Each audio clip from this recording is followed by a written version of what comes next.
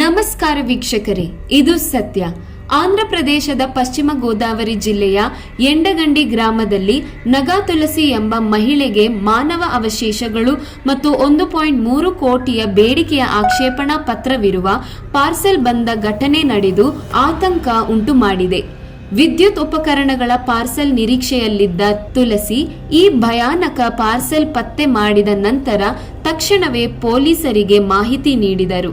ಸುಮಾರು 45 ವರ್ಷ ವಯಸ್ಸಿನ ಪುರುಷನ ಶವವಾಗಿದ್ದು ಕೆಲವು ದಿನಗಳ ಹಿಂದಿನದು ಎಂದು ಶಂಕಿಸಲಾಗಿದೆ. ಶವವನ್ನು ಮರಣೋತ್ತರ ಪರೀಕ್ಷೆಗೆ ಕಳುಹಿಸಲಾಗಿದೆ. ಪೊಲೀಸರು ಪ್ರಕರಣದ ತನಿಖೆ ಕೈಗೊಂಡಿದ್ದು ಸ್ಥಳೀಯ ಸಂಘಟನೆಗಳನ್ನು ವಿಚಾರಣೆ ಮಾಡುತ್ತಿದ್ದಾರೆ ಮತ್ತು ಕಾಣೆಯಾದವರ ವರದಿಗಳನ್ನು ಪರಿಶೀಲಿಸುತ್ತಿದ್ದಾರೆ. ಪಾರ್ಸೆಲ್ ವಿತರಿಸಿದ ವಾಹನವನ್ನು ಪತ್ತೆ ಹಚ್ಚಲು ಮತ್ತು ಕಳಿಸಿದ ವ್ಯಕ್ತಿಯನ್ನು ಗುರುತಿಸಲು ವಿಶೇಷ ತಂಡಗಳನ್ನು ರಚಿಸಲಾಗಿದೆ.